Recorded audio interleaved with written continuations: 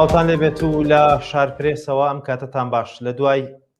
هێرشەکانی چەند ڕۆژی ڕابردووی چەکدارانی داعش بۆ سەر پێشمەرگە و ژمارەیەک لە گوندەکانی هەرێمی کوردستان لە ئێستادا مەترسیەکی جددی لەسەر بەشێک لە خاکی هەرێمی کوردستان دروست بووە، ئەویش سەرهەڵدانەوەی جۆرێکتر لە تعریبکردن لە بەشێک لە خاکی هەرێمی کوردستانە. ژمارەیەک لەو گوندانەی کە دەکەونە ئەو سنوورانەی کە چەکدارانی داعش پەلاماریان داون بەر هێرشی تعریبەکە دەکەون. ئەمڕۆ گوندێک لە سنووری سەرگەڕان گوندی لە هیبیان بە تەواوەتی لە دانیشتوانە ڕەسەنەکەی کە ژمارەیان 12 خێزان بوو بە تەواوەتی بەهۆی مەترسیەکانی داعشەوە چۆڵ کرا. یەکێک لەو گوند نیشتینانەی کە گوندەکەی بەجێهێشت ئەمڕۆ بە شارپرێسی وت کە بەهۆی مەترسیەکانی داعشەوە ئێمە گوندەکەمان چۆڵەکەین. هاوکات باسی لەوەش کرد کە هانایان بۆ هێزی پێشمەرگەی کوردستان و حکوومەتی هەرێمی کوردستان بردووە، پەیوەندیان پێوە کردوون، بەڵام ئەوان واتە مەبەستیان لە هێزی پێشمەرگە و حکوومەتی هەرێمی کوردستانە تا ئەمڕۆ بە دەنگیانەوە نەچوون، ئەوانیش توانای بەرگەگرتنی هێرشەکانی داعشیان نەماوە. من ئەمڕۆ لەگەڵ میوانەکەم تاوتوێی جارێکی تر دروستبوونەوە و سەرهەڵدانەوەی شەپۆلێکی نوێی تعریب لە هەرێمی کوردستان دەکەم بە میوانداری بەڕێز دکتۆر فاتح سەنگاوی، جێگری سەرۆکی یەکێتی نووسەرانی جینۆسایدی کوردستان. سوپاس کە بە خۆشحاڵیەوە لە سلێمانیەوە لەگەڵم دەبێت. سڵاوت لێبێ کاک دکتۆر، ئەم کاتت باش. دەمەوێت ئەو دۆخەی کە ئێستا لە بەشێک لە هەرێمی کوردستان دروست بووە ئەو مەترسیە چۆن دەبینن؟ پێتان وایە دەکرێت ئەمە ببێتە سەرەتای قۆناغێکی نوێ بۆ سەرهەڵدانەوەی تعریب لە هەرێمی کوردستان؟ بەناوی خوای گەورە، سڵاوی خوای گەورە لە ئێوەی بەڕێزیش. دیارە ئەم پرۆسەی جۆرێک لە تعریبی نوێ کە توانین بڵێن لە دوای هاتنەوەی هێزی عێراق بۆ ناوچەجێ ناکۆکەکان و بە تایبەتیش کەرکووک و بەشە لە ناوچەکانی تر خۆی لە خۆیدا سەرەتایەک بوو بۆ تعریبێکی تر بۆ لاوازبوونی پێگەی کورد لەو ناوچانە، تەنانەت بۆ کۆچکردنی بەشێکی زۆری هاوڵاتیانی کورد کە پێشتر لەو ناوچانە بوو، کە ئەمە بۆ خۆی لە خۆیان هەر لەو کاتەوە توانین بڵین قۆناغ بە قۆناغ ئەو پرۆسەیە بە جۆرێکی تر سەری هەڵداوەتەوە و توانین بڵین ئێمە خۆشمان بەرپرسیاری یەکەمین یا بەرپرسیارەتێکی گەورە ئەکەوێتە سەر شانمان کە هۆکار بین بۆ ئەوەی کە ئەو زەمینەیە بڕەخسێنین، کە بەشێکی بەهۆی ململانەکانی نێو خۆمانەوە، بەشێک بەهۆی هەندێک هەڵەی سیاسیەوە، بەشێکی تر بەهۆی ئەوەی کە بەفعلی ئەوانەی کە ئیدارەی هەرێمی کوردستان و مەلەف و دۆسیەی کورد دەدەن ئەولەوێتیان بە هەندێک بابەتی نەتەوەیی و نیشتیمانی نەداوە، وەکو پێویست زیاتر بە دەوری بەرژەوەندی و مەسلحەتی خۆیان یا بەشێک لە کەسایەتی ناو حیزبەکانیان یا حیزبەکانیان داوە ئەگەر دایرەکەشی فراوان بکەین. ئەو پرسە نیشتیمانیانە پشتگوێ خراوە و ئەو مەترسیانە دەرگای واڵا کراوەتەوە، نەکە تەنها لەو سنوورانە بگرێ. ئێمە من وەزانم لە ناو شارەکانی خۆشمانە لە ناو هەرێمی کوردستانیشا ئێمە ڕێگە خۆشەکەین بۆ جۆرێک لە گۆڕینی دیمۆگرافیایی. حتمما دەویست لەبارەی ئەوە پرسیارت لێ بکەم کە ئێستا جۆرێکی نوێ وەک شارەزایان باسی دەکەن لە تعریب دروست بووە کە بە تعریبی سپی ناوی دەبن. ژمارێکی زۆر لە عەرەبەکانی عێراق دێنە شارەکانی هەرێمی کوردستان و مڵک و ماڵ دەکردن و تاپۆ دەکرێت لەسەریان. پێتان وایە ئەمە تا چەند هۆکار بووە یان پاڵنەر بووە، هۆکاری زیاتر بووە بۆ ئەوەی کە جۆرێکی نوێ لە تعریب لە هەرێمی کوردستان بێتە ئاراوە؟ ئێمە بیرکردنەوەیکی ڕێگەزپەرستانەمان نییە، بەڵام ئەبێ بزانین کە کورد لە عێراقدا توانین بڵین کەمینەیە یاخود دانیشتوانی هەرێمی کوردستان و کورد بە شێوازێکی گشتی بەردەوام لە ژێر هەڕەشەی ئەوانی تر و بە تایبەت پرۆسەی تعریبا بووەوە. ئەگەر سەیری بە بڵین جوگرافیای کوردستان بکەین، یعنی قۆناغ بە قۆناغ ئەو پرۆسەیە هاتووەتە پێش و ئێستاکە بە شێوازێکی دەرەکی توانین بڵین سنووری گەرمیان لە بەردەم مەترسی گەورایە و لە سنووری کەرکووکە بە هەمان شێوە و هەندێک شوێنی ترش خۆتان دەیزانن. لەگەڵ ئەوەشا با بڵین بەهۆی پرۆسەی پەرەدان بە یەکەی نیشتەجێبوون و فرۆشتنی زەیوزار بەبێ هیچ زەوابەتێک ئێمە بەدەستی خۆمان کارێکەکەین کەوا لە 30 ساڵ و 40 ساڵ و 50 ساڵی تر تەواو دیمۆگرافیا و پێکهاتەی خەڵکی هەرێمی کوردستان گۆڕانی بەسەرا بێەوە ئەوەی کەوا لە زووە ئێمە بە مەترسیماندا ناکە بە زۆر بکرێ ئێستا ئەمانەی خۆمان بەهۆی چڵێسی و نەبوونی چڵێسی خۆیان ئەگەر دروزی و تعبیرە بەکار بهێنم بەهۆی نەبوونی پلانێکی نیشتیمانی و نەتەوەییەوە مەساحە و جوگرافیای کوردستان زۆر کەمەکەنەوە گوتم لە ڕوانگەی ڕێگەسپەرستی و من قەناعەتم بە بابەتە نییە بەڵام تۆ بڵێیت نەڵێ ئەوە واقع لە عێراقدا هەیە و ئەو کەسانی کە جۆرێک لە تێڕوانینیان هەیە لە عێراقا بیر لەو بابەتان نەکەنەوە تەنانەت قسەش لەسەرەوە کرێ کە پلانی چەندین ساڵە هەبێ بۆ ئەوەی کە ئەم پرۆسەیە درێژەی پێ بدرێ و ئەمە تەمان دیراسەی تایبەتی هەوێت کە وە دیراسەش ئەتوان بڵێم لەوا هەیە کە ئیش لەسەرەوە کرێت کە بەم شێوەیە جۆرێک لە گۆڕانکاری ببێت وە گوتیشم ئەتوانم بڵێم ئەو پرۆسەی نیشتەجێبوونەی کەوا بەبێ پلان تەنها بەرژەوەندی کۆمەڵێ بەرپرس یا سەرمایهداری تێدایە ئەو پرۆسەی خێراتر کردووە و بەدڵنیاییشەوە کە لە چەندەیەکی ترە سیمای هەرێمی کوردستان گۆڕانی گەورەی بەسەرادێکە بە ئارەزومەندانە خۆمان ئەو بەو پرۆسەیە دکتۆر ئێستا باس لەوە دەکرێت ژمارەیەکی زۆر لەو عەرەبە هاوردانەی کە ئێستا دەیانەوێت زەویوزار و مڵک و ماڵی بەشێک لە گوندنیشتنەکانی کورد جارێکی تر داگیر بکەنەوە لەلایەن بەشێک یاخود ژمارەیەک لە بەرپرسانی عراقی و تەنانەت بەرپرسانی حیزبی و حکومی و ژمارەیەک لە پەرلەمانتارەکانیانەوە پشگیری دەکرێن لە بەرامبەر ئەمەدا حکوومەتی هەرێمی کوردستان و حیزب و لایەنە سیاسی کوردیەکان لە هەرێمی کوردستان چ ئەرکێک دەکەوێتە سەرشانیان پێویستە چی بکەن بۆ ڕێگیریکردن لەمە بۆ گوتم بەداخەوە کە بێپلانی با بڵێن بەرپرسان یا حیزبە سەرەکیەکانی کورد لەم بابەتاوە بیرکردنەوەی بەرتەسک و نەبوونی ئاسۆیەکی فراوانی حکومڕانی لە ڕابردووە لەو ناوچانەوە ئیدارەدانێکی زۆر خراپ و بیرکردنەوە بە عەقڵیەتێکی حیزبایەتی بەرتەسک وای کرد کە ئەو ئەزمونەی کە چەند ساڵێک با بڵێن هێزە کوردیەکان لەو ناوچانە هەبوو ئەزمونێکی ناشرین بێوە جێگەی ستایش نەبێ لەلایەن ئەوانی تر و خەڵکە جیاوازەکەەوە یعنی نمونەیەکی ناشرین پێشکەش کراوە نمونەیەکی ناشرین لە پەرتەوازایی لەو ناوە کە هەموو دەزانین و دەوایرەکان زۆربەی بوو بە دوو بەشەوە تەنانە لەو ناوچە جێناکۆکانە ئەمە دوای ئەوەش ئەو ڕووداوانە کە ڕوویدا و هەموو دەزانین و هەژمون و هەیمەنەی ئەو هێزانەی تری دەرەوەی کورد بەسەر ئەو ناوچان نەکرا بە پلان کار ئەکرێ بۆ ئەوەی کەوا ئەو زەویزارانەی کە لە بنەڕەتاهی هاوڵاتیانی کورد بوون ئێستا داگیر بکرن هەر جارەی بە شێوەیەک وە جارەی بە ناوێکەوە کە ئەمە بۆ خۆی ینی پرۆسەیەکی مەترسیدارەوە ئیشکال و کێشە و گیرروگرفتی گەورەی لێکەوێتەوە بۆیە من وازانم ئێمە لە بەردەم بەرپرسیارەتێکی گەورەی مێژوویین و ئەگەر ئەو بەرەزانەی کە ئێستا خۆیان بە بەرپرسی هەرێمی کوردستان و پرسی کورد و پرسی نەتەوەی و نیشتیمانی دەزانن بۆ ساتێکیش تۆزێک ئەو بابەتە حیزبی و شخصیانەی خۆیان بخەنە لاوە و بیرکردنەوەیەکی بە پلانی نیشتیمانیانیان هەبێت بۆ داهاتووی ئەو ناوچانەوە بۆ خەڵکی هەرێمی کوردستان بۆ داهاتوویەکی دوورتر وە گوتمان ئەتوانن هەندێک کاری ئیجابی و باش بکەن و ئەتوانن لانی کەم و پرۆسەیە خاو بکەنەوە ئەگەر نەتوان بیشی وەستێنن بەڵام ئایا ئەوەکەن ئایا ئەو ململانی حیزبیانی کە ئەوان هەیەە زاڵ نەبووە بەسەر هەموو شتێکە بەداخەوە ئێمە بینین ئەوە ئەبینین تەنانەت ئەو ناوچانەی کە لەگەڵ ئەو ناوچە جێناکۆکانە یان ناوچە کوردستانیانەی دەروێ هەرێمە هاو سنوورن ئەوەتانە دەبینین هەر جارەی با بڵێن بەشێک لە داعش هێرشێکەکەن و زۆر بە ئاسانی ئەتوانن قوربانێکی زۆر ینی لەلایەن هێزەکانی پێشمەرگە و خەڵکەوە بدرێ ینی ئەوەندە تۆکمە نەکراوە ئەوەندە چەک و تەخەمەنی و کۆمەڵێ ئەدەواتی خۆپارێزیان پێ نییە کە بتوانن بەرگری لە خۆیان بکەن چ جای ئەوەی کە بتوانن ئیشی گەورە بکەن بتوانن ئەو ناوچانە بە بڵێن بپارێزن بۆیە بوازانم ئێمە وەکو کورد و هێزانەی کە بەرپرسی یەکەمن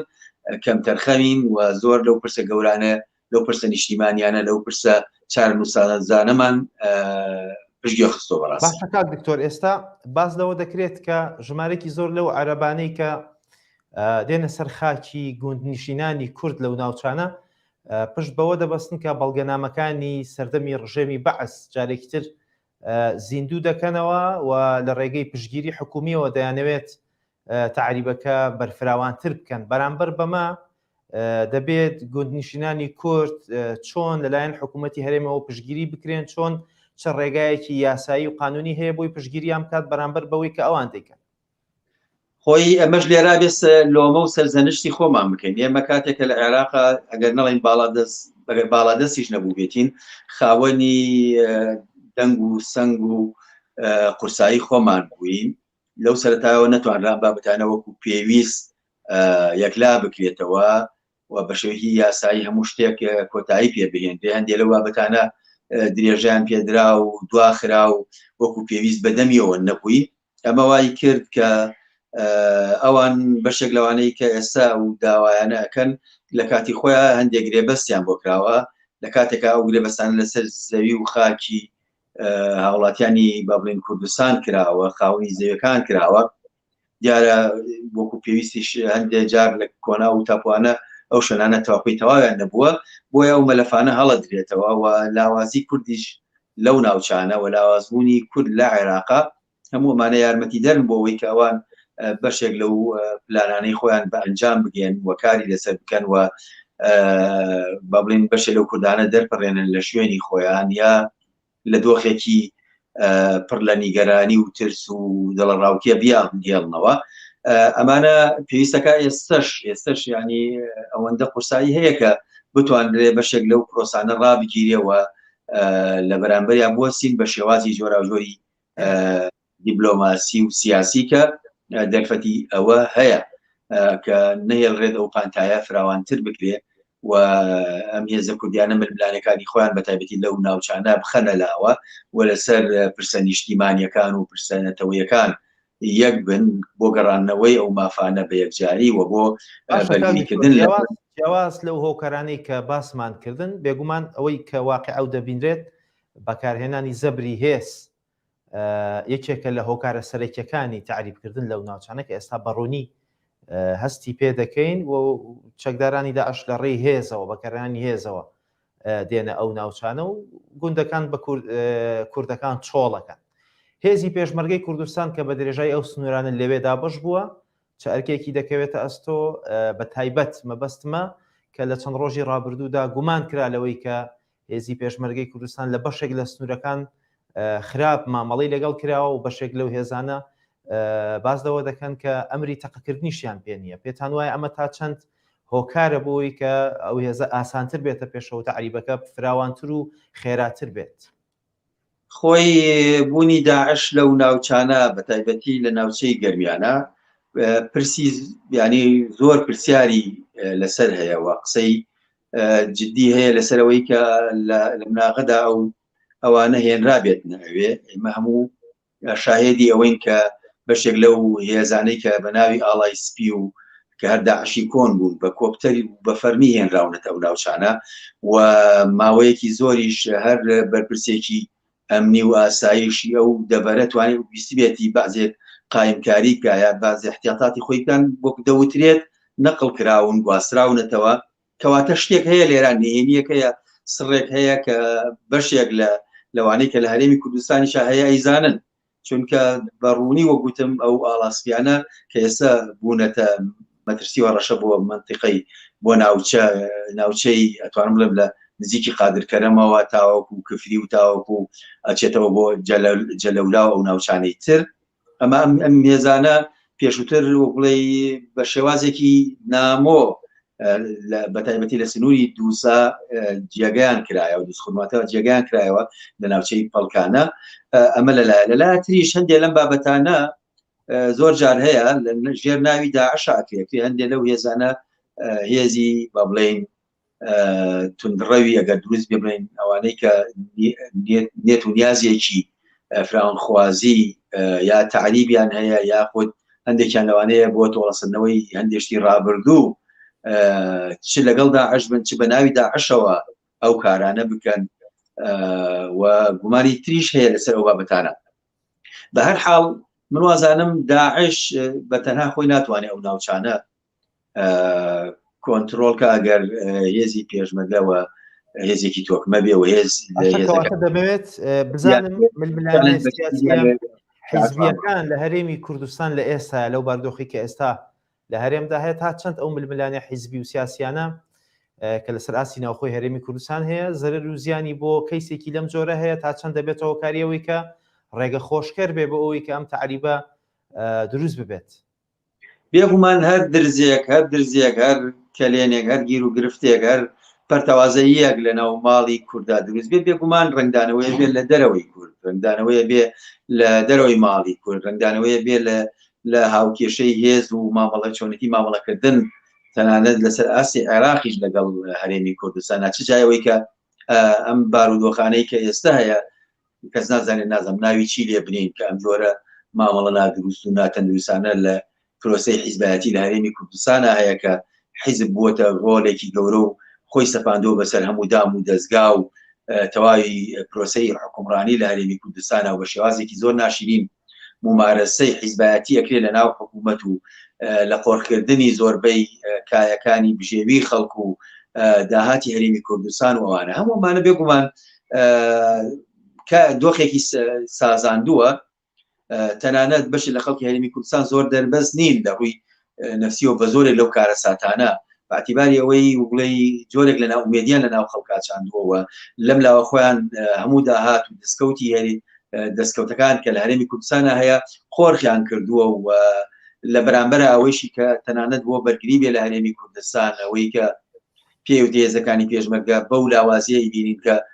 چەکی کۆن و کۆمەڵە پێداویستی سەرەکی کە پێویستە بۆ بەرگری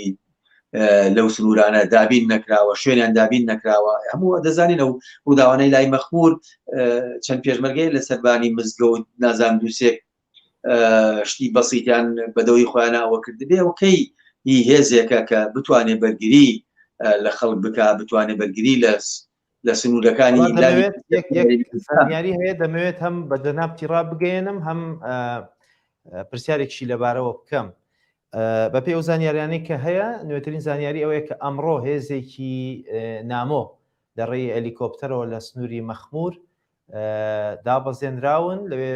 جانتایان پێ بووە شتیان داگرت و دواتر شوێنەکەیان بەجێ هێشتووە تا ئێستا نازانرێت ئەو هێزە کێن بە حکمەوەی کە هەلیکۆپتەریان پێ بووە گومان دەکرێت لەلایەن بەشێک لە خەڵکی ناوچەکەەوە گومان دەکرێت کە ئەم هێزە هێزی دەرەوەی کوردستان و دەرەوەی تەنانەت عراقیش بن پێتان وایە ئەمە دەکرێت وەکو دەستێوەردانێکی هەرێمی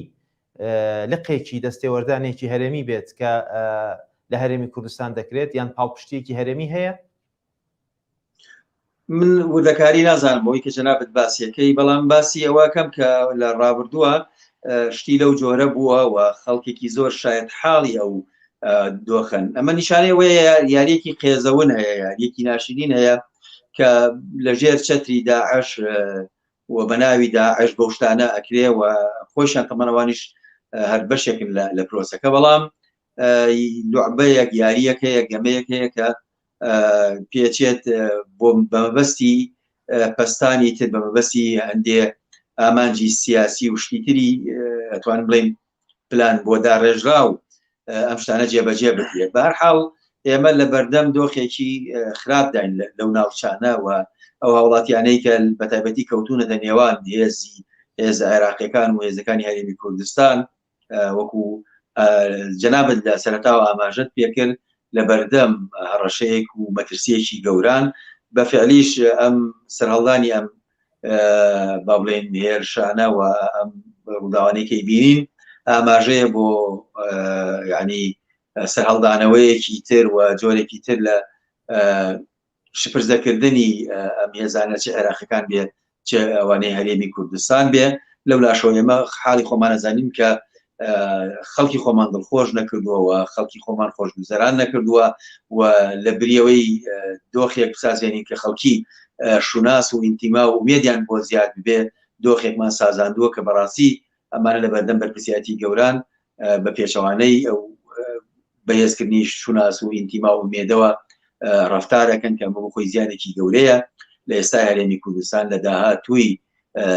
پرسی کورد لەم ئەزمونە خراپەی حکومڕانی کە لە هەرێمی کوردستان هەیبینی.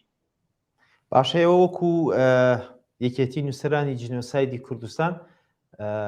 لە چەند ڕۆژی ڕابردوودا هۆشداریەکی توند و بەپەلەتاندایە لایەنە بەرپرسەکان و حکوومەتی هەرێمی کوردستان لەبارەی ئەم دۆخی کە ئێستا هەیە. هیچ وەڵامێکی خێراتان وەرگرتووەتەوە؟ هیچ کاردانەوەیك دروست بوو لەبارەی هۆشداریەوە کە ئێوە داوتانە؟ نەخێر یعنی هیچ وەڵامێکی ئاها نەگەیشتوەتەوە و ئێمە بڵێ بەڕاستی نە ئامادەکاریەکانی نە وەڵامدانەوەی با بڵێن حکوومەتی هەرێمی کوردستان وەکو پێویست نابینین و بابەتەکان زیاتر بوونەتە قسەی عەلامی و ڕاگەیاندن و ئەو بابەتانە و بەشێک لەوانەی تەنانەت لەوانەی خۆشتان بینی بێتان هەندێ لەوانەی کە ئەفسەرن باس لەواکەن کە دۆخی پێشمەرگە لە دۆخێکی زۆر خراپایە لە ڕووی ئامادەکاری، لە ڕووی پشتیوانیکردن، لە ڕووی ئەو چەکانی پێیانە، لە ڕووی شوێنی مانەوەیان، لە ڕووی با بڵێن کامێرای حەراری و زۆرشتی تر کە ئێمە من پسپۆردین لەو بابەتانە، بەڵام دەبیستین کە باس لە خراپی دۆخی ئەوان نەکرێەوە خراپی دۆخی دەرونیشان نەکرێت، چونکە تۆ لە بەردەم هەڕەشەیەکە خۆت بۆ ئامادە نەکردووە، پیلان و ئامادە سازیت نەکردووە و ئێمە دەزانین بەشێکی زۆری هێزی پێشمەرگە یعنی لەو کەسانن کە بۆ بژێوی و ئەو بابەتانەی خۆیان پێشمەرگەن کە ئەمە وەکو پێویست ئەتوانین بڵێن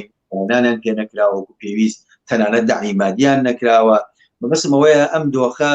ئەم دۆخە پێویستی بە ئەتوانین بڵێن سوپایەکی ڕێکخراوی یەکگرتوو هەیە کە لە هەرێمی کوردستانە بەداخەوە تاوەکو ئێستاکە دروست نەکراوە و وەکو پێویست یەک نەخراوەکە ئەمە بۆ خۆی یەکێکە لە سیماکانی پەرتەوازەیی و شڵەژاوی و بەمە بەست یەک نەگرتنەوەی زۆر دام و دەستگا گەرچی لە ڕواڵەتە بە یەکشت ئەژمارەکرێ وەکو یەک هێز یا وەکو تەنانەت حتا ئەوەی کە پێوی هەرێمی کوردستانیش بەداخەوە پێویست یەکگرتوونیە یەکتن. زۆر سپاس بەڕێز دکتۆر فاتح سەنگاوی جێگری سەرۆکی یەکێتی نووسەرانی جینۆسایدی کوردستان. سپاس کە لە سلێمانیەوە لەگەڵم بوویت. بینەرانی بەڕێز ئێوەش هەر شاد بن. سپاس بۆ ئێوە کاتێک خۆتان لەگەڵ.